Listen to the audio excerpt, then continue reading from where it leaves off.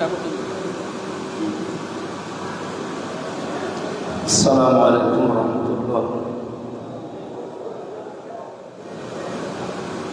আলহামদুলিল্লাহির রহিমির রহমান আল্লাযী খালাকানা লিল ইবাদাতি ওয়াল জান ওয়া খাসানা বিত তাকরীমি বাইনাল হায়াওয়ান ওয়া নাশহাদু আন লা ইলাহা ইল্লাল্লাহু ওয়াহদাহু লা শারীকা লাহু শাহাদাতান মুসিলাতান ইলাল জিনান ওয়া নাশহাদু আন্না মুহাম্মাদান আবদুহু ওয়া রাসূলুহুল মাবউসু ফিনা বিল হুদা ওয়া দীনিল হাক্কি লিযুহহিরাহু আলাল আদিয়ান সাল্লাল্লাহু আলাইহি ওয়া আলা আলিহি ওয়া আসহাবিহিল কিরাম মা দামা শামসু ওয়াল কমারু বিজরিয়ান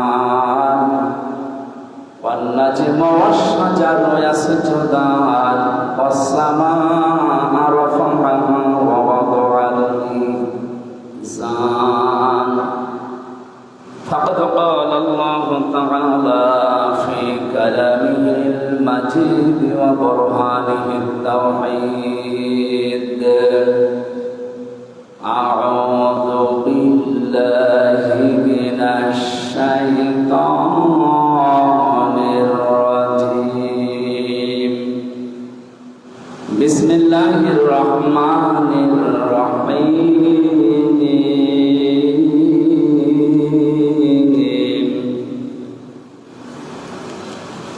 فويل للمصلين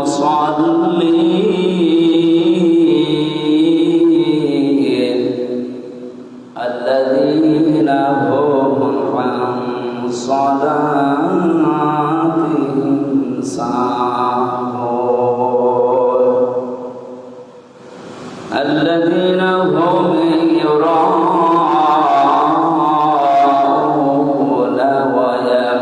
ويمنعون الماعون صدقت يا ربنا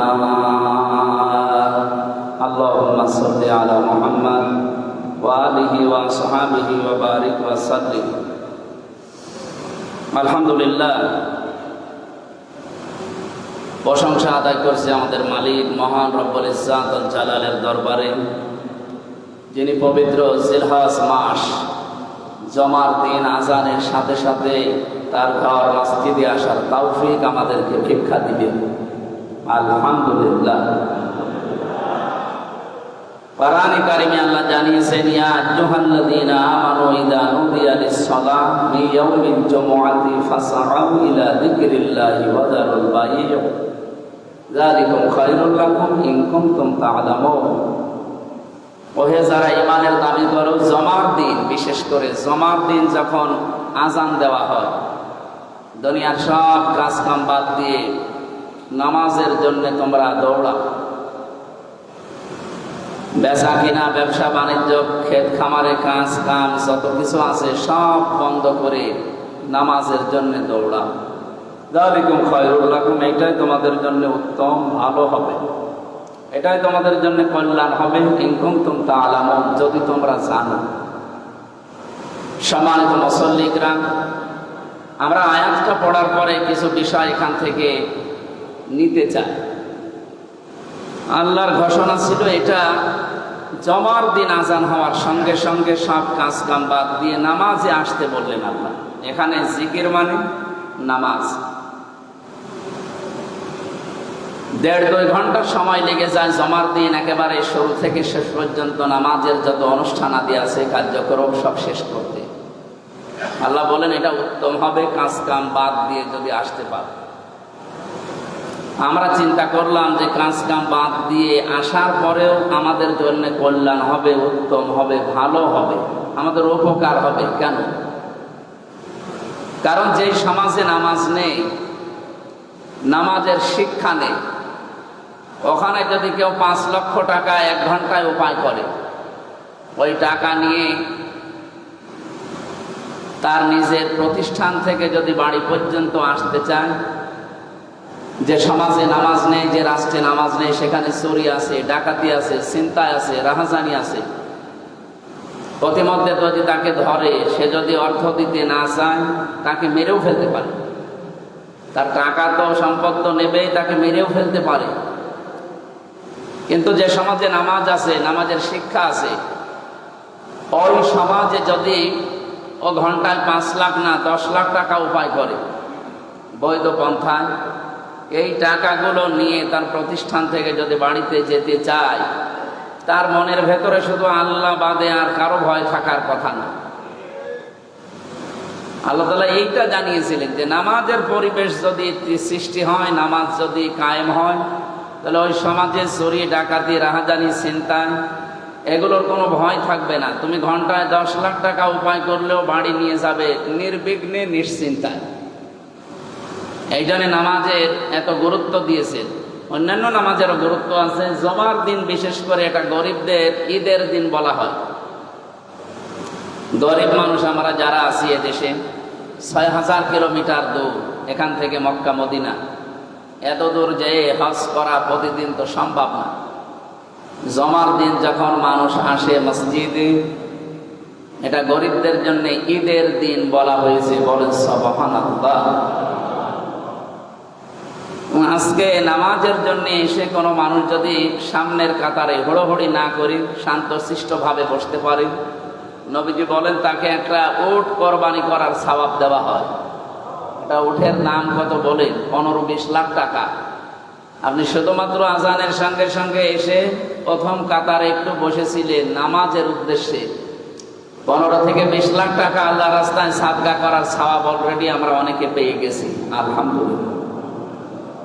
এরপরে যে আসে তাকে একটা গরু, এরপরে যে আসে সে একটা ছাগল, এরপরে যে আসে সে একটা মুরগি, এরপরে যে আসে সে একটা মুরগির ডিম। এরপরে যখন ইমাম সাহেব খুতবা শুরু করে দেন, আলোচনা আরম্ভ করে, তখন ফেরেশতারা এটা লেখা বন্ধ করে দেয়। অন্তত আমরা যারা এর আগে চলে এসেছি আলোচনায়, কোরআনের কথাগুলো শুনছি, আল্লাহ যেন এই সওয়াব থেকে, নেকি থেকে আমাদেরকে বঞ্চিত না করে, বলেন আমিন।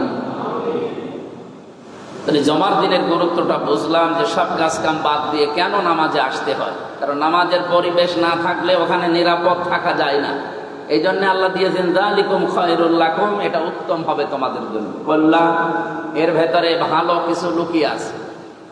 আমরা যে সমস্ত দেশগুলোতে নামাজের শিক্ষা দেখেছি, আফগানিস্তানে, সৌদি আরবে, এই জায়গাগুলোতে আমরা দেখি নামাজটা তার পরশ 100% কায়েম আছে আফগানিস্তানে। বাকি কোনো দেশে 100% নামাজ কায়েম নেই। যতটুকু আছে তারা রাষ্ট্রীয়ভাবে, ব্যক্তিগতভাবে তারা নামাজ আদায় করার কারণে তাদের ব্যক্তি, পরিবার, সমাজ, রাষ্ট্রে শান্তির যে ফলকধারা প্রবাহিত হচ্ছে, আমরা ওই পরিবেশ বাংলাদেশেও দেখতে চাই নামাজের মাধ্যমে, ইনশাআল্লাহ। আপনারা চান না? বলেন আপনারা চান না? আজকের তেলাওয়াতকৃত আয়াত আপনারা মুখস্থ আছে অনেকে। সূরা মাউনের 4 নম্বর আয়াত থেকে আমরা তেলাওয়াত করেছি 7 নম্বর আয়াত পর্যন্ত। নামাজ একটা গুরুত্বপূর্ণ ইবাদত আমার আল্লাহর কাছে। পৃথিবীর যত বিধান সব জিবরাইলকে দিয়ে আল্লাহ পাঠিয়েছিলেন দুনিয়ায়। একমাত্র নামাজ আর সিয়াম, এই দুইটা আল্লাহ পাক নিজে আরশে মুহাম্মদ রাসূলুল্লাহকে ডেকে নিয়ে তাকে হাদিয়া দিয়েছেন। 50 ওয়াক্ত নামাজ দিয়েছিলেন, 6 মাস ব্যাপী রোজা দিয়েছিলেন।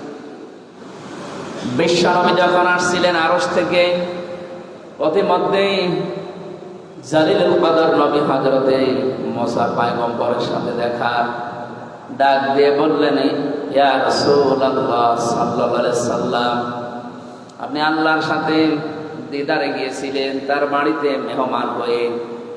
কি দিয়েছে মেহমান হিসাবে? নবীজি আনন্দে বললেন, আল্লাহ আমাকে 50 ওয়াক্ত নামাজ দিয়েছে, 6 মাস ব্যাপী রোজা দিয়েছে। মুসা নবী ওই দিন বলেছিলেন, ইয়া রাসূলুল্লাহ, আপনার চাইতে আমার মর্যাদা সম্মান অনেক কম, কিন্তু অভিজ্ঞতা আপনার চাইতে আমার অনেক বেশি। কারণ আপনি দুনিয়ার জীবনে আমার পরে গিয়েছেন, আপনার আগে আমি দুনিয়ার জীবন শেষ করে এসেছি। বাস্তবতা আপনার চাইতে আমি অনেক ভালো জানি। আমি দেখেছি আমার উম্মতের উপরে মাত্র 1 ওয়াক্ত নামাজ ফরজ ছিল, এটাই তারা পড়তো না, এই তারা আদায় করে নাই, পালন করে নাই। আপনি 50 ওয়াক্ত পেয়ে আবার আনন্দে আছেন। আপনার উম্মত তো এত শক্তিশালী, এত মজবুত না। ফিরে যান, মহান আল্লাহকে বলেন তিনি যেন নামাজের সংখ্যা একটু কমিয়ে দেন। তিনি গেলেন, আল্লাহ 5 ওয়াক্ত কমিয়ে দিলেন। আবার যান, আবার কমিয়ে দিলেন।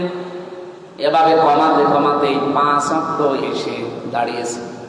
হযরত মুসা বললেন, ইয়া রাসূলুল্লাহ, আপনি আর একবার যান। বিশ্বনবী বলেন, মুসা, আল্লাহ আমাকে দিতে চায় আর আপনি খালি কমাতে চান, আমি আর যেতে পারবো না, আমার লজ্জা করে। যা পেয়েছি এটাই আমার যথেষ্ট, থাক, আমার উম্মত পারবে আমার আশা। 6 মাস রোজা দিয়েছিলেন, কমাতে কমাতে সে 1 মাসে দাঁড়িয়েছে। বিশ্বনবীকে আল্লাহ জানিয়ে দিলেন, হে রাসূল, আমি কিন্তু 50 ওয়াক্ত লিখে ফেলেছিলাম। যেহেতু আমার লিখিত কোনো জিনিস পরিবর্তন হয় না, ওয়াতাম্মাত কালিমাতু রাব্বিকা সিদকাও ওয়া আদলা লা মুবাদদিলা লিকালিমাতি ইলা আখিরি আয়াত। সূরা আনামের 115 নম্বর আয়াতের প্রথম অংশে আছে, আল্লাহ পাক বলেন, আমার যে কালাম, আমার কথা, এটা পরিপূর্ণ সত্য এবং ইনসাফ দিয়ে। 3 নম্বরে আমার কথা কোনোদিন রদ বদল হয় না, পরিবর্তন হয় না। আমি তো আপনাকে লিখেই দিয়েছিলাম 50 ওয়াক্ত নামাজ পড়া লাগবে, 6 মাস রোজা রাখা লাগবে। আপনার কনসিডারের কারণে আমি কমাতে কমাতে পর্যন্ত এসে দাঁড়িয়েছি। আপনার উম্মতদেরকে বলবেন, তারা যদি এতটুকু আদায় করতে পারে, আমি 50 ওয়াক্ত নামাজের সওয়াব দিয়ে দেব। বিশ্বনবী এর জন্য পৃথিবীতে যত কিছুর গুরুত্ব দিয়েছেন, সবচাইতে বেশি গুরুত্ব দিয়েছেন 2টা জিনিসের। যেদিন তিনি ইন্তেকাল করবেন, ওই দিন ছেলের কথা, মেয়ের কথা, স্ত্রীর কথা, নাতির কথা বলেন নাই। তিনি বলেছিলেন, আসসালাত আসসালাত ওয়া মা মালাকাত আইমানুকুম আসসালাত। আমার উম্মতেরা জীবনে যাই করো, নামাজ ছেড়ে দিও না। আর অধীনস্থ লোক যারা আছে, এদের সাথে ভালো ব্যবহার করবা। জীবনের শেষ কথা ছিল তার এই 2টা। বাংলাদেশের বিভিন্ন প্রান্ত থেকে যারা এই মসজিদে 201 গম্বুজ মসজিদে এসেছেন নামাজ আদায় করার জন্য, কান খাড়া করে শোনেন, জীবনে যত কিছুই হয়ে যাক, নামাজ বাদ দেওয়া যাবে না। নবীজি বলেন, মেয়েদের যখন সন্তান পৃথিবীতে আসে, প্রথমে পানি দেখা যায়, এরপরে রক্ত দেখা যায়, এরপরে সন্তানের মাথা বের হয়। কোন মহিলার যদি লজ্জাস্থানে অলরেডি পানি চলে এসেছে, এমন সময় যদি নামাজ আরম্ভ হয়ে যায়, যে নামাজে রক্ত চলে এসেছে, তোলার ভেতরে মেয়েটাকে বিছিয়ে দিয়ে বলো যে নামাজ পড়তে।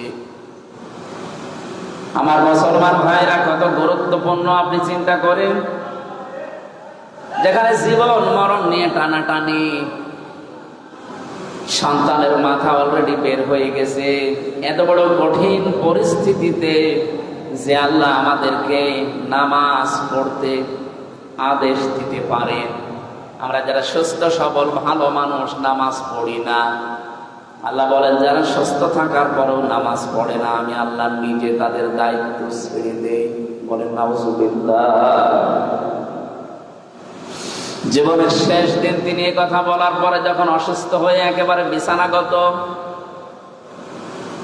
নবীজি ডাক দিয়ে বললেন, আয়েশা, আমার সামনের যে মসজিদের দরজা আছে একটু খুলে দাও, আমার মাথাটা একটু 3-4 জন মিলে পোষা করে ধরো। দরজা খুলে দেওয়া হয়েছে, নবীজির মাথাকে পোষা করে ধরা হয়েছে। নামাজের দৃশ্য দেখলেন, কাতার সোজা করে মানুষ নামাজে দাঁড়িয়ে আছে। বিশ্ব নবী বললেন, আমাকে আবার কাত করে শুয়ে দাও। তিনি শুয়ে পড়লেন।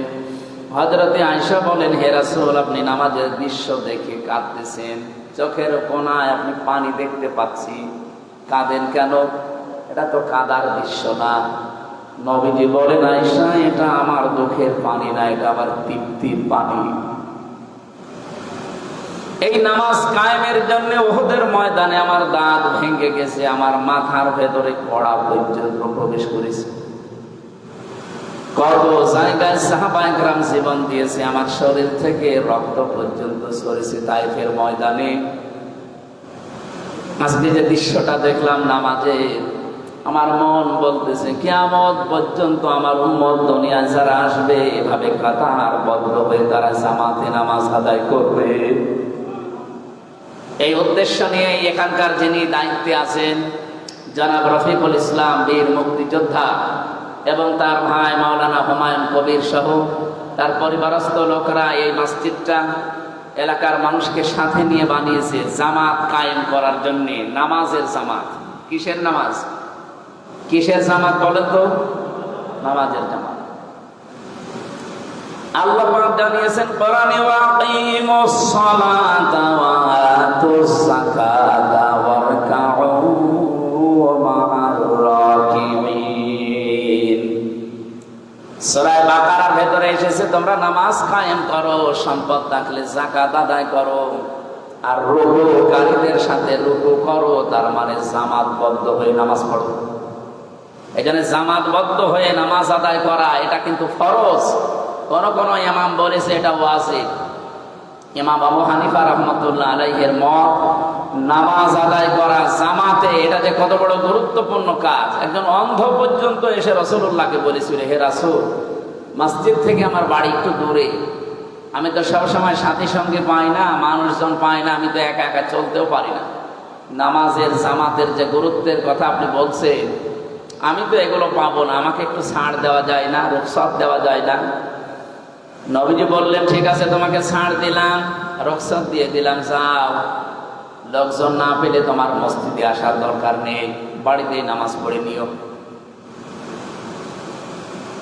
হাদিস বর্ণনাকারী সাহাবী হযরত আবু হুরায়রা বলেন, লোকটা যখন হেঁটে চলে যাচ্ছিল অন্ধটা, নবীজি আবার তাকে ডাকলেন, জিজ্ঞাসা করলেন, তোমার কান ভালো আছে? বলে হ্যাঁ। তুমি কি আজান শুনতে পাও? বলে হ্যাঁ। আমার নাই চোখ খারাপ, কিন্তু কান তো আমার ভালো আছে, আমি মসজিদের আজান শুনতে পাই। নবীজি বললেন, মুয়াজ্জিনের আজানের জবাব দিবা, আর নিজের বাড়ি থেকে মসজিদ পর্যন্ত একটা রশি টাঙিয়ে রাখবা। নামাজের সময় হলে রশি ধরে ধরে এসে জামাতে হাজির হবা। একজন অন্ধকে পর্যন্ত নবীজি ছাড় দেননি, আর আমরা তো ভালো মানুষ, হাতে পায়ে ধরে আপনাদেরকে আমি বলি, কে কোন আদর্শ মানেন, দল করেন, ওটা এখন পরে।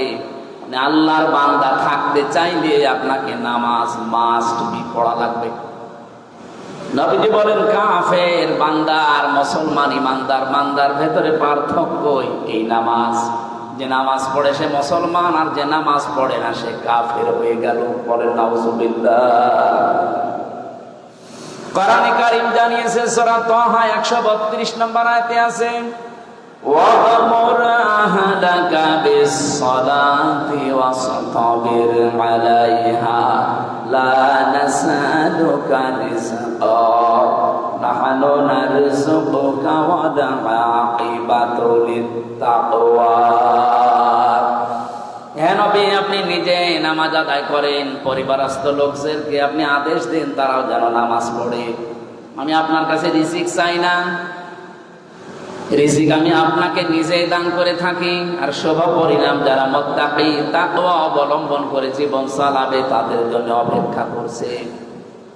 নবীজির প্রতি যত নির্দেশ ছিল এই পৃথিবীতে, আমি কোরআন পড়ে হাদিস পড়ে সবচাইতে বেশি গুরুত্বপূর্ণ নির্দেশ হিসাবে আমার নজরে এসেছে এই সালাত, এই নামাজ।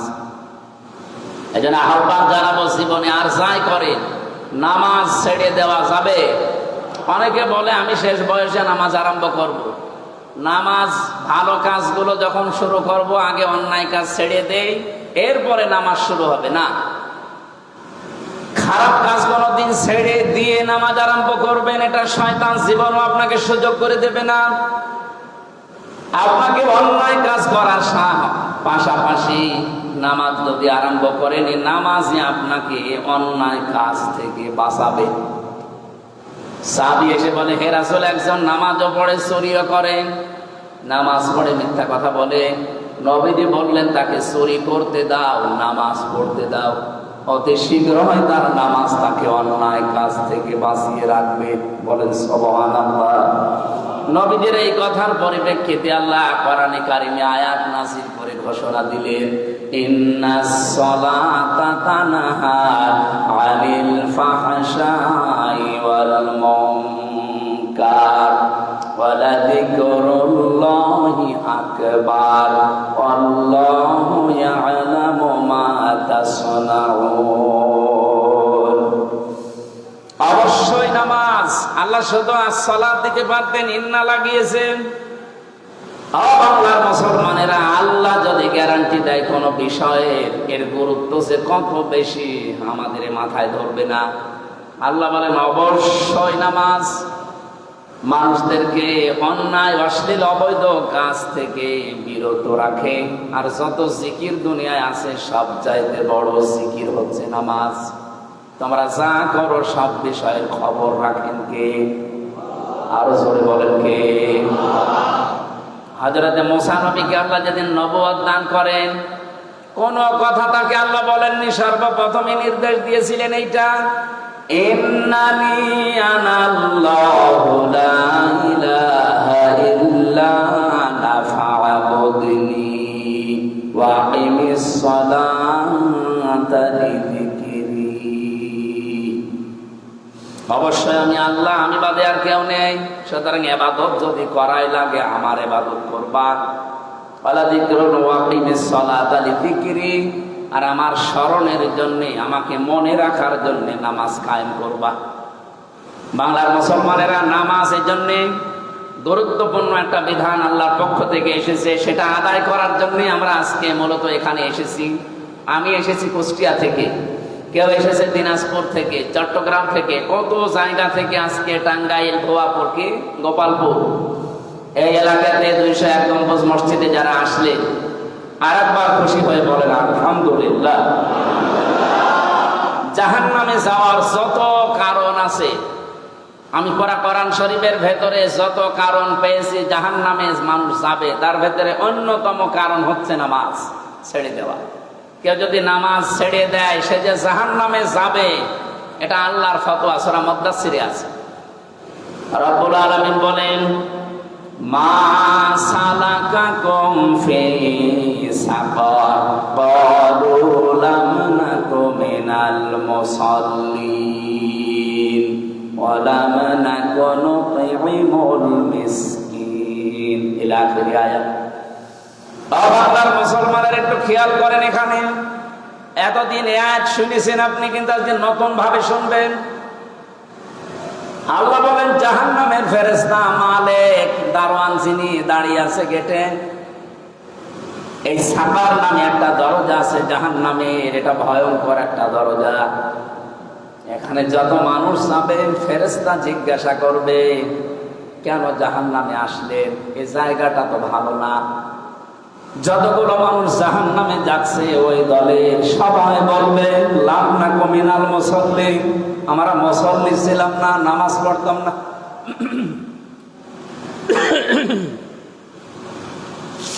মুসলমান ভাইরা বলেন তো, এখানে ক্বালু, যারা গ্রামার বোঝে আরবি আলেমরা, এখানে আল্লাহ কোন মানুষকে নির্দিষ্ট করে বলেন নাই যে মুসলমান নামাজ পড়ে না, যে হিন্দু নামাজ পড়ে না, যে খ্রিস্টান নামাজ পড়ে না, এ কথা নেই।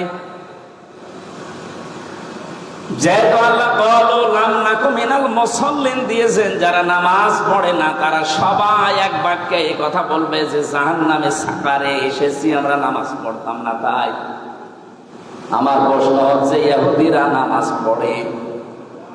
জবাব দেন না। খ্রিস্টানরা নামাজ পড়ে, হিন্দুরা নামাজ পড়ে, বৌদ্ধরা নামাজ পড়ে, তার মানে ওরা আগেই মাইনাস। এ কথাটা আল্লাহ জানাতে চেয়েছেন মুসলমানদের ভেতরে যারা দাবি করে কিন্তু নামাজ পড়ে না, এরা যে জাহান্নামে সাকারে যাবে। আর কারো ফতোয়া লাগবে? এই জন্য আশা করছি জীবনে যত কিছু হয়ে যাক, নামাজ বাদ দেওয়া যাবে না। বিশেষ করে ফরজ নামাজ, আপনি সময়ের অভাবে যদি সুন্নত নফল নামাজগুলো পড়তে না পারেন, পরবর্তীতে পড়ে নিয়েন, কিন্তু ফরজ নামাজ মাস্ট বি, এটা পড়াই লাগবে। মুসা আলাইহিস সালামের জামানায় আল্লাহ একবার মুসাকে আদেশ দিলেন, একজন কামারকে সুসংবাদ জানাও, সে আল্লাহর জান্নাতি। হযরতে মুসা আবেগপূর্ণ নবী ছিলেন, কিছু শুনলে শুধু জিজ্ঞাসা করতেন। ডাক দিয়ে বলে, রব্বুল আলামিন কি এমন কাজ করে যে তারে জান্নাতের সুসংবাদ দেওয়া লাগবে? আল্লাহ বলেন, একটু যাও বাজারের ভেতরে, কামার বিভিন্ন জিনিস তৈরি করছে লোহা লক্কর পিটিয়ে। উনি বাজারে গেলেন, দেখলেন এক কর্নারে এই লোকটা লোহা লক্কর পিটিয়ে সোজা করছে আর দা খুন্তা কোড়ালে গুলো বানাচ্ছে।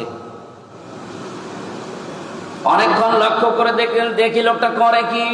তাকিয়ে দেখলেন ওই জামানায় যেহেতু এক ওয়াক্ত নামাজ ছিল, নামাজের সময় হয়েছে, আমাদের যেমন আযান দেওয়া হয়, ওই জামানায় হয়তো ওইরকম একটা সিস্টেম ছিল। যেই নামাজের সময় হয়ে গেছে, ওর মগর ছিল মাথার উপরে, লোহা পিটাচ্ছিল, আবার তুলছিল, আবার পিটাচ্ছিল। নামাজের সময় হওয়ার সঙ্গে সঙ্গে লোহাটা ছিল মাথার উপরে, মগর দিয়ে পিটাবে না, পেছন দিকে ফেলে দিয়ে তাড়াতাড়ি করে নামাজে দাঁড়িয়ে গেছে। হযরতে মুসা দৃশ্য দেখার পরে বলে, রব্বুল আলামিন, আমি বুঝতে পেরেছি তোমার বিধান পালন করার জন্য যে লোকটা এত বেশি পাগল, তাকে তুমি জান্নাত না দিয়ে পারো না। আপনার আমারও জীবনের এটা আল্লাহ দেখবেন। কত মানুষ দোহাই দেয় যে আমার কাজকর্ম এত বেশি, আমি নামাজ আদায় করতে পারি না রাষ্ট্রের দায়িত্ব পালনের জন্য। আপনি বিশ্বাস করতে পারেন, আপনি জাহান্নামে যদি যান, একা একা থাকবেন না, আপনার সাথে জাহান্নামে থাকবে ফেরাউন। কে বলেন বলেন? রাষ্ট্রের দায়িত্বে ছিল, আল্লাহর বিধান মানে নাই। আপনিও রাষ্ট্রের দায়িত্বের দোহাই দিয়ে আল্লাহর বিধান মানতে চান না, সময় পান না। এই জন্য রাষ্ট্রের দায়িত্বে থেকে যারা নামাজ পড়তে পারেন না, নামাজের শিক্ষা নিতে পারেন না, আপনি বিশ্বাস করতে পারেন আপনি জাহান্নামে যাবেন, আর আপনার সঙ্গী হবে ফেরাউন আর নমরুদ, সাদ্দাত। বলেন নাউজুবিল্লাহ। যারা দেশের দায়িত্বে আছেন, মন্ত্রিত্ব চালান, যারা এমপি হবে সামনে, এই মানুষগুলো যদি বলে আমার এত বড় বড় দায়িত্ব দিয়েছে দেশের, আমি পড়তে পারি না নামাজ, সময় পাই না, কিয়ামতের দিন তাদের হাসর হবে হামানের সাথে। কারণ হামান মন্ত্রী ছিল। আমার তো মনে হয় বাংলার বহু মন্ত্রী কিয়ামতের দিন জাহান্নামে হামানের সাথে থাকবে। আগামীতে এরকম মন্ত্রী আমরা দেখতে চাই? বলেন। আমরা তো এমপি মন্ত্রী এমন চাই যারা কোরআন বুকে নিয়ে সংসদে যে নামাজের বিল আগে আনবে। এরকম এমপি, এরকম মন্ত্রী চান না? আল্লাযীনা ইম্মাক্কান্নাহুম ফিল আরদি আকামুস সালাহ। আমি যদি মুসলমানদেরকে রাষ্ট্রীয় ক্ষমতা দেই, তারা সর্বপ্রথম সংসদ অধিবেশন বসার প্রথমেই কাজ করবে নামাজের বিল আনবে। আজ 54 বছর আমরা দেখতে পেলাম এদেশে বারবার মুসলমানেরা যায়, কিন্তু আজ পর্যন্ত এই বিলটা কোনো মুসলমান আনে নাই। কি কথা বলে না কেন? আগামীতে একটা পরিবেশ এই দেশে তৈরি হয়ে গেছে। একজন হিন্দু মহাজোটের মহাসচিব গোবিন্দ চন্দ্র পরামানিক কয়েকদিন হলো উনি জানিয়েছে, দেশ 54 বছর তো দেখলাম, যারা আশা দিয়েছে আমাদের কাঙ্ক্ষিত মানের শান্তি দিতে পারে নাই। আমরা চাচ্ছি এবার যেন ইসলাম এই দেশে রাষ্ট্রীয় ক্ষমতায় যায়, তাহলে আমরা কাঙ্ক্ষিত মানের শান্তি পাবো। একজন হিন্দু মানুষ যদি এ কথা বলতে পারে, আপনাকে কি পাগলা কুত্তায় কামড় দিয়েছে? আপনার এ কথা বলা উচিত ছিল না? যে সব দেখা শেষ এবং কোরআনের বাংলাদেশ এবার দেখতে চাই। এখানে যিনি নমিনি আছেন মাওলানা হুমায়ুন কবির, বাংলাদেশে এরকম যদি 300 এমপির ভেতরে 151 জন হুমায়ুন কবিরের মতো মানুষ কোরআন বুকে নিয়ে সংসদে ঢুকতে পারে, এবার প্রথম অধিবেশনে তারা নামাজের বিল আনবে। এটাকে যদি কেউ রাজনীতি মনে করেন, তা আপনি আরো 100 বছর পেছিয়ে যাবেন। কারণ নামাজের পরিবেশ তৈরি না হলে, দেখলেন নাকি বললাম যে 5 লাখ টাকা নিয়ে বাড়ি পর্যন্ত যেতে পারবেন না, রাস্তায় ডাকাতি হবে, ছিনতাই হবে, রাহাজানি হবে, জীবনও যাবে, সম্পদও যাবে। তো নামাজের পরিবেশ যেখানে আছে, আপনি আফগানিস্তানে যান, কোনো ভয় নেই, আল্লাহর ভয় বাদে। আপনার টাকা 20 লাখ না 20 কোটি টাকা যদি আপনি নিয়ে যান বাড়িতে, শুধু আল্লাহর ভয় ভেতরে থাকবে, চুরি ডাকাতি ছিনতাই রাহাজানির কোনো ভয় নেই। আমরা ওইরকম একটা দেশ গঠন করতে চাই যেখানে আল্লাহর ভয় ছাড়া কোনো ভয় থাকবে না। একটা যুবতী মা, যুবতী মেয়ে বাংলাদেশের টেকনাফ থেকে তেঁতুলিয়া পর্যন্ত, সে নিজের ইচ্ছায় চলবে, তার যত সম্পদ শরীরের ভেতরে থাক, তার ভয় থাকবে শুধু ভেতরে আল্লাহ। কার? অন্য কোনো ভয় তার ভেতরে আর জায়গা পাবে না, কারণ সেরকম পরিবেশ তৈরি করা হবে ইনশাআল্লাহ। আমার ভাইরা, এখানে রাষ্ট্রের দায়িত্ব থাকার দোহাই দিয়ে যারা এতদিন নামাজ পড়েননি, আগামীতে কেউ যদি রাষ্ট্রের দায়িত্বে পান, বিশেষ করে এমপি, মন্ত্রী, উপজেলা চেয়ারম্যান, ভাইস চেয়ারম্যান, মেয়র, এরা যারা দায়িত্ব পাবেন, কোনো দোহাই চলবে না, নামাজ আপনাকে পড়াতে হবে, পড়তে হবে। আমরা বাংলাদেশে 300 এমপি যদি এরকম পেতাম যে যারা নামাজ পড়াতে পারেন, আমার মনে হয় এই দেশে অনেক দুর্নীতি কম হয়ে যেত। এক একজন এমপির আন্ডারে যত বাজেট হয়, আমি এই দেশ সম্পর্কে যতটুকু জানি, সেদিন এক রাজনীতিবিদ আমাকে বলছিল যে আমি সারা জীবন রাজনীতি করছি, আমি দেখেছি এই দেশে যত বাজেট হয় রাস্তার কালভার্টের জন্য, এই টাকাগুলো 100 টাকা বাজেট হলে 3 টাকা খরচ হয়, আর 97 টাকা উপর থেকে নিচ পর্যন্ত আসতে আসতে আল্লাহর বান্দারা খেয়ে ফেলে। বলেন তো, এই যে রাস্তাটা, এটা 100 টাকা দিয়ে বানালে 100 বছর যাওয়ার কথা, যদি 3 টাকা দিয়ে বানায় 3 বছর, আর 3 বছর পরে দেখবেন রাস্তা হয়ে গেছে ডেলিভারি রোড। কথা বলে না কেন? আমার মনে হয় এই গোপালপুর থেকে যদি হাসপাতাল পর্যন্ত কোনো মেয়ে লোকের পেটে সন্তান থাকে 8 মাস, 9 মাস, 10 মাস, পরে যদি নিয়ে যান, এমন এমন রাস্তা আছে, ও হাসপাতালে যাওয়ার আগেই সন্তান রাস্তায় হয়ে যাবে। অনেকে আবার বলছে এটাও তো ভালো, খরচ তো বেশি গেল। কত বড় শয়তান!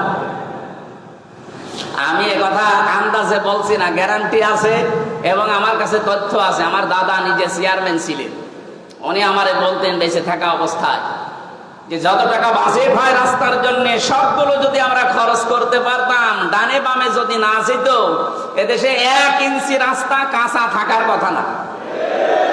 আমি বাইরের দেশে, বিশেষ করে Singapore, Malaysia, Thailand, Bahrain, Indonesia, এই সমস্ত দেশগুলোতে যখন গিয়েছি, তাদের রাস্তা যে অবস্থান, তাদের 100 টাকা রাস্তায় বাজেট হলে 97 টাকা খরচ হয়, 3 টাকা এদিক ওদিকে যায়। আর আমাদের 3 টাকা খরচ হয়, 97 টাকা মেরে খায়। আমরা দাঁড়াবো কি করি? কি কথা বলেন না? কিন্তু আপনাদের এখানকার যিনি নমিনি, বাংলাদেশ জামাত ইসলামী থেকে যাকে দেওয়া হয়েছে, মাওলানা হুমায়ুন কবির, আমিরে জামাত ডাক্তার শফিকুর রহমান হাফিজাহুল্লাহ, উনি ঘোষণা দিয়েছেন এই দেশে 300 এমপি জামাত থেকে মনোনয়ন দেওয়া হয়েছে। এরা যদি পাস করে, এদের 5 বছর পরে 1 টাকা বাড়বে না, যা আছে আরো কমে যাবে। আমি গ্যারান্টি চাই, বাংলাদেশে এখনো 73টার উপরে রাজনৈতিক দল আছে, সব দল যেন এই ঘোষণা দেয় যে আমার দল থেকে কেউ এমপি হলে 5 বছর পরে তার 1 টাকা বাড়বে না, যা আছে আরো কমে যাবে। আমার মনে হয় অন্য দল থেকে অনেকে এমপি দাঁড়াবে না, বলবে ও দরকার কি আমার। কারণ অন্য দল তো আমরা 54 বছরে দেখলাম, ওরা 20 কোটি টাকা যদি নির্বাচনে খরচ করে, 5 বছরে 100 কোটি টাকার মালিক হয়। আর মাওলানা হুমায়ুন কবির 20 কোটি না, 20 টাকাও খরচ করবে না, এজন্য তার 20 টাকা বাড়বেও না। আমরা গ্যারান্টি দিতে পারি যে টাকা বাজেট হয়, এই টাকা যদি এলাকার মানুষকে দেওয়া যায়, ভেসে যাবে। এত টাকা বাজেট হয়, হাজার হাজার কোটি টাকা আসে, কিন্তু মন্ত্রণালয় থেকে শুরু করে, সচিবালয় থেকে শুরু করে, এই গ্রামের মেম্বার পর্যন্ত আসতে আসতে 97 টাকা শেষ, 3 টাকার কাজ হয়। রাস্তা টিকবে কি করে? এই দেশটা মালয়েশিয়ার মতো দাঁড়িয়ে যাওয়ার সম্ভব শুধুমাত্র এই দেশে এই নামাজের শিক্ষাগুলো আছে এইটা চালু করে দেয়। এই জন্য নামাজ আমরা অনেকে পড়ছি, নামাজ পড়ার পরেও আমাদের চরিত্র সংশোধন হচ্ছে না। আল্লাহ রাব্বুল আলামিন আমার তেলাওয়াতকৃত আয়াতে এটা জানিয়েছেন। আমি আরেকটু বলতে চাই, কিয়ামতের ময়দানে সবচাইতে বেশি অপমান করা হবে বেনামাজি মানুষদেরকে। আল্লাহ পাক বলেন, ইয়াউমা ইউকশাফু আন সাকি ওয়া ইউদআউনা ইলাস সুজুদি ফালা ইয়াস্তাতিউন খাশিআতান আবসারুহুম তারহাকুহুম যিল্লাহ ওয়া ক্বাদ কানু ইউদআউনা ইলাস সুজুদি ওয়া হুম সালিমুন। পায়ের গোছা যেদিন খোলা থাকবে, তার মানে কিয়ামতের ওই কঠিন ময়দানে মানুষদেরকে ডাক দেওয়া হবে, একটু সেজদা দাও দেখি আল্লাহকে। দুনিয়ায় যারা বেনামাজি ছিল তারা সক্ষম হবে না আল্লাহকে সেজদা দিতে। লাঞ্ছনা, অপমান, অপদস্থ তাদের চেহারার ভেতরে ঝেঁকে বসবে, ফুটে উঠবে। আল্লাহ আমাদেরকে যেন রক্ষা করেন, বলেন আমিন। নামাজ পড়লে যে পুরস্কারের কথাগুলো শুনলেন, নামাজ না পড়লে কি সেইটা আজকের আলোচনার বিষয়। ফাওয়াইলুল লিল মুসাল্লিন, আল্লাহ বলেন ধ্বংস হয়ে যাক ওই মানুষগুলোর জন্য, আক্ষেপ আফসোস যারা নামাজ পড়ে।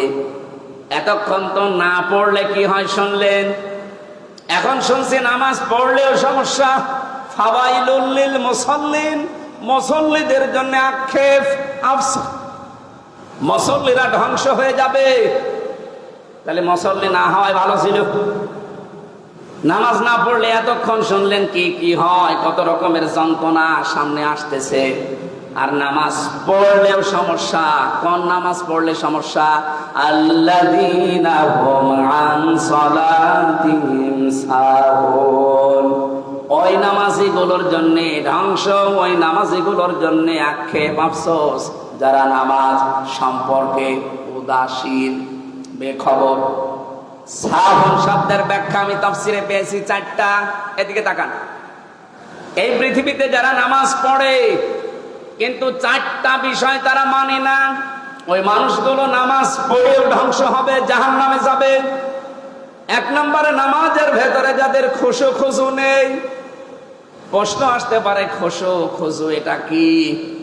নামাজের ভেতরে মন তৈরি করা। নবীজি বলেন, মানুষ যখন নামাজে দাঁড়াবে সে যেন এই মনে করে দাঁড়ায় যে আমি আল্লাহর সামনে দাঁড়িয়ে আছি, আমি আল্লাহকে দেখতে পাচ্ছি। কান্না কাতারহু, যদি সে দেখতে না পায় সে যেন এই বিশ্বাস নিয়ে নামাজে দাঁড়ায় যে আল্লাহ আমাকে অবশ্যই দেখতে পাচ্ছে। আমার তো মনে হয় পৃথিবীর কোন ইবাদত আর লাগার কথা না, শুধু নামাজই যথেষ্ট হেদায়েত পাওয়ার জন্য। আপনি যদি এই মন নিয়ে দাঁড়াতে পারেন যে আমি আল্লাহকে দেখতে পাচ্ছি, যেমন হযরতে তালহা রাদিয়াল্লাহু তাআলা আনহু পেয়েছিলেন। তিনি নামাজে দাঁড়িয়ে আছেন, তার বাচ্চাটা, ছোট্ট বাচ্চা খেলা করছিল। পাহাড়ি এলাকা থেকে একটা সাপ এসে জড়িয়ে ফেলেছে।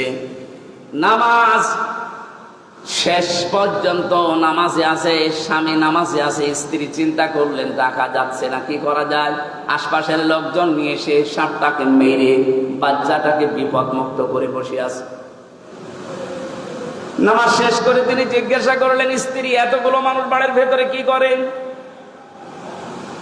হযরতে তালহার স্ত্রী বলে, স্বামী আমার, আপনি যখন নামাজে দাঁড়িয়েছিলেন একটা সাপ এসে জড়িয়েছিল বাচ্চাটাকে, আপনি নামাজে আছেন এই জন্য আপনাকে ডাকি নাই। আমরা সাপটাকে বিপদ মেরে ফেলেছি, বাচ্চাটাকে বিপদ মুক্ত করেছি। এতগুলো কাজ সব যে আপনার চোখের সামনেই তো ঘটতেছে, আপনি কিছুই কি টের পাননি? হযরতে তালহা বলেন, স্ত্রী, আমি যখন নামাজে ছিলাম আমার আল্লাহর সাথে আমার কথা হচ্ছিল। নামাজের ভেতরে যখন মন এদিকে ওদিকে চলে যায়, ওই নামাজ আর নামাজ থাকে না। আমি যখন তেলাওয়াতে বলছিলাম আলহামদুলিল্লাহি রাব্বিল আলামিন, আমি যেন শুনতে পাচ্ছি আমার মাবুদ আমাকে জবাব দিচ্ছে, সাদ্দাকতা ইয়া আবদি, আমার বান্দা সত্য কথা বলেছে। জোরে বলেন সুবহানাল্লাহ। তারা নামাজের ভেতরে আল্লাহর শব্দ শুনতে পেয়েছে। আর আমরা নামাজের ভেতরে কয়টা ফ্যান আছে গুনে নেয় কি খোসো খোসো নামাজে লাগবে। নামাজের ভেতরে যে 19টা কারণ আছে নামাজ নষ্ট হয়ে যাওয়ার, ভেঙে যাওয়ার, তার ভেতরে অন্যতম কারণ এই নামাজে মন এদিক ওদিকে চলে যাওয়া। মানুষ আমরা যা আমাদের ইমানের যা অবস্থা এদিক ওদিকে যাবে, কিন্তু ফিরিয়ে নিয়ে আসা লাগবে আমাদের। আল্লাহ আমাদেরকে ওই রকম ফিরানোর তৌফিক দেন, আমিন। 2 নম্বরে নামাজে খোসো খোসো হলেই শুধু হবে না, নামাজের ভেতরে ইমাম নির্বাচন করা লাগবে ইমামের মতো।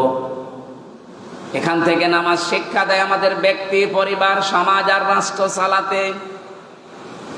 এই মসজিদটার ইমাম যিনি আছেন তাকে নিয়োগ দেওয়ার জন্য কত কিছু আপনারা দেখেছেন। বলেন তার দাড়ি সুন্নতি কায়দায় আছে কিনা, সে নিজে ইসলামের উপরে চলে কিনা, এমনকি তার পরিবার পর্যন্ত পর্দায় থাকে কিনা, এইটাও দেখা হয়েছে। হয়নি? বলেন বলেন।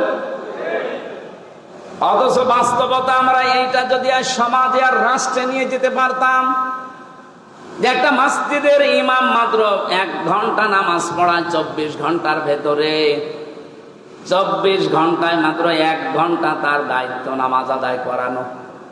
এর জন্য যদি এত কিছু দেখা লাগে,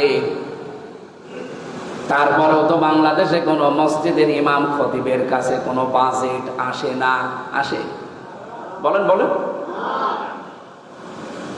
এটাকে নিয়োগ দেওয়ার জন্য এত কিছু দেখছেন, তাহলে যে এই দেশের যিনি মেয়র হবেন, যিনি উপজেলা চেয়ারম্যান হবেন, যিনি ইউনিয়নের চেয়ারম্যান হবেন, যিনি এমপি হবেন, 4.5 লাখ 5 লাখ মানুষের দায়িত্ব যার ঘাড়ের ওপরে, আর যিনি প্রধানমন্ত্রী হবেন, রাষ্ট্রপতি হবেন, 18 কোটি মানুষের দায়িত্ব যার ঘাড়ে।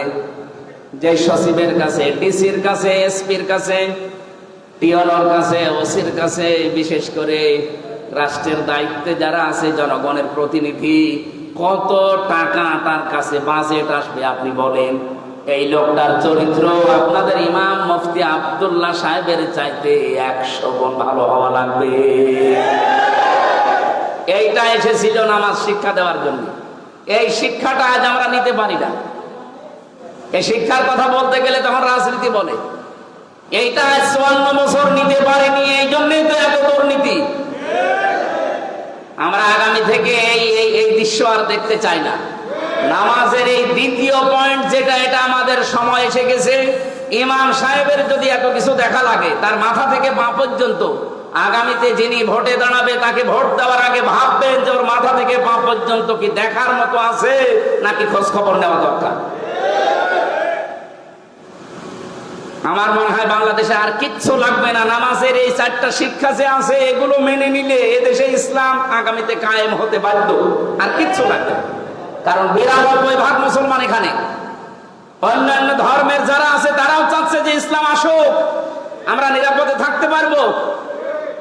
কয়েকদিন আগে হিন্দু, বৌদ্ধ, খ্রিস্টান ঐক্য পরিষদের ব্যানারে বাংলাদেশ জামাত ইসলামীর ডাকে একটা অনুষ্ঠান হয়েছিল কুষ্টিয়ায়। আমাকে আলোচনা করার জন্য 10 মিনিট সময় দিল। আমি বললাম, হিন্দু দাদাদেরকে, খ্রিস্টানদেরকে, বৌদ্ধদেরকে আপনারা কথা বলতে দেন তো। হিন্দু যিনি আছেন সভাপতি কুষ্টিয়ার, উনি মাইক হাতে নিয়ে ভয়ে ভয়ে বলছে, আমরা তো খুব আতঙ্কে আছি। এদেশে যারা ইসলামপন্থী আছেন গ্যারান্টি দিতে পারবেন, যদি ইসলাম আসে এদেশে, তাহলে আমাদের যে অধিকার আছে আমরা অধিকারগুলো ফিরে পাবো। এতদিন কথা অনেকে দিয়েছে, কেউ কথা, কে যেন বলেছিল না, কেউ কথা রাখে না।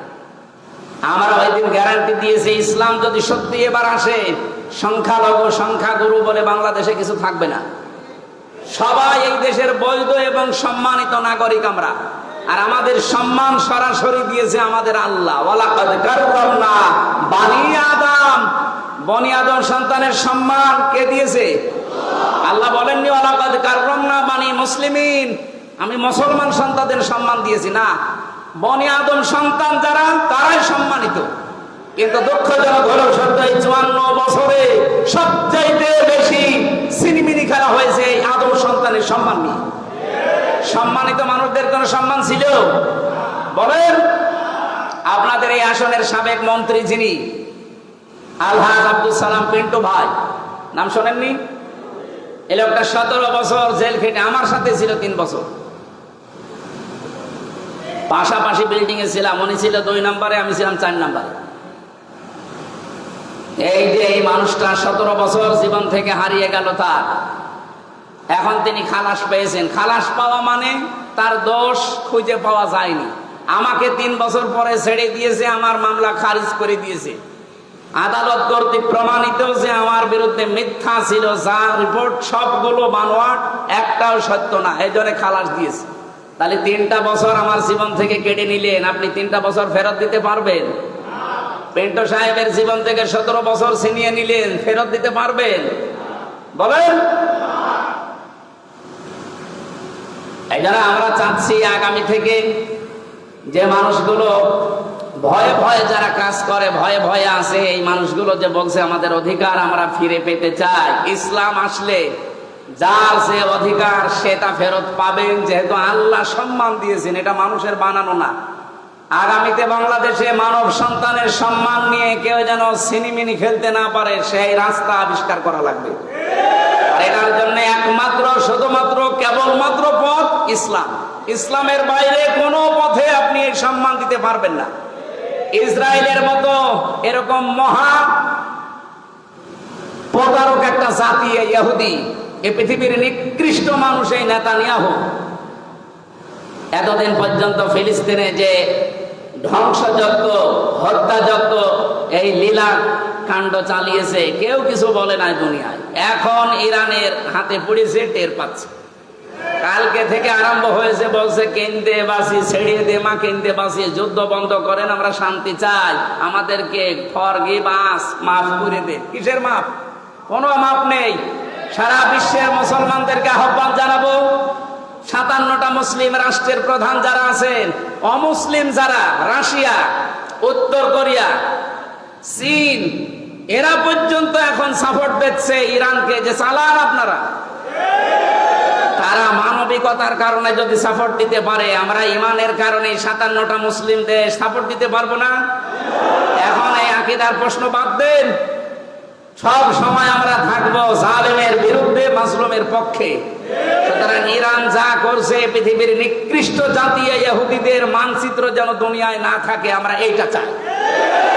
সর্বাত্মক সহযোগিতার আশ্বাস আমরা দিতে পারবো না ইনশাল্লাহ। আমরা নামাজের পরিবেশ কায়েমের মাধ্যমে আমাদের দেশে শান্তি আমরা স্থাপন করতে চাই। 3 নম্বরে যারা ধ্বংস হবে নামাজ পড়ার পরেও, যারা নামাজে যেটা পড়ে ওইটা বোঝে না। আর আমার মনে হয় বাংলাদেশে এরকম মানুষ 100 জনের 95 জন। এই জন্য আমরা নামাজের যা তেলাওয়াত পড়ি এটা যেন বুঝি, সেই সিস্টেমগুলো চালু করার দরকার। 4 নম্বরে নামাজের ভেতরে ইমাম সাহেব ভুল করলে যেমন আল্লাহু আকবার বা সুবহানাল্লাহ বলে লুকমা দেওয়া লাগে, ভুল ধরা লাগে, আমরা যাদেরকে সামনে পাঠাবো, সে এমপি হোক, মন্ত্রী হোক, উপজেলা চেয়ারম্যান হোক, মেয়র হোক, যে যে দায়িত্বে থাকবে, 64 জেলার 64 জন ডিসি, এসপি, এএসপি, টিওনো, ওসি, যারাই দায়িত্বে আছে, 1628 জন মানুষ। কত? এই 1628 জন মানুষ যদি মানবতার বিরুদ্ধে যায়, দেশের বিরুদ্ধে যায়, আল্লাহ রাসূলের বিরুদ্ধে যায়, ইমাম সাহেবের মতো তাদেরকে ঐক্যবদ্ধ হয়ে ভুল ধরা লাগবে, সতর্ক করা লাগবে। এই 4টা কাজ যারা করে না, তারা নামাজ পড়েও ওয়াইল নামক দোজখে যাবে। এটা এত নিকৃষ্ট, এই জাহান্নামে যাদেরকে আল্লাহ দেবে, ওয়াইল নামক এই জাহান্নামে, একটা গর্ত জাহান্নামে।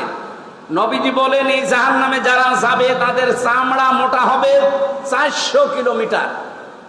চামড়া যদি 400 কিলোমিটার হয়, শরীর হবে কত কিলোমিটার? আমি গায়রুনের ব্যাখ্যা পড়েছি তাফসিরে, ওয়াইলুনের ব্যাখ্যা পড়েছি। এত বড় বড় কঠিন জায়গা এগুলো, এই নামাজি যারা নামাজের শিক্ষা নিতে চায় না, তাদেরকে আল্লাহ এই জায়গাগুলোতে দেবেন। আল্লাহ আমাদের হেফাজত করুন। আপনারা 1টা পর্যন্ত সময় দিয়েছিলেন, আমরা 1:05 বাজে, এখন আর মনে হয় কথা বলা ঠিক হবে না। আয়াতগুলো আগামী থেকে যদি আবার কোনো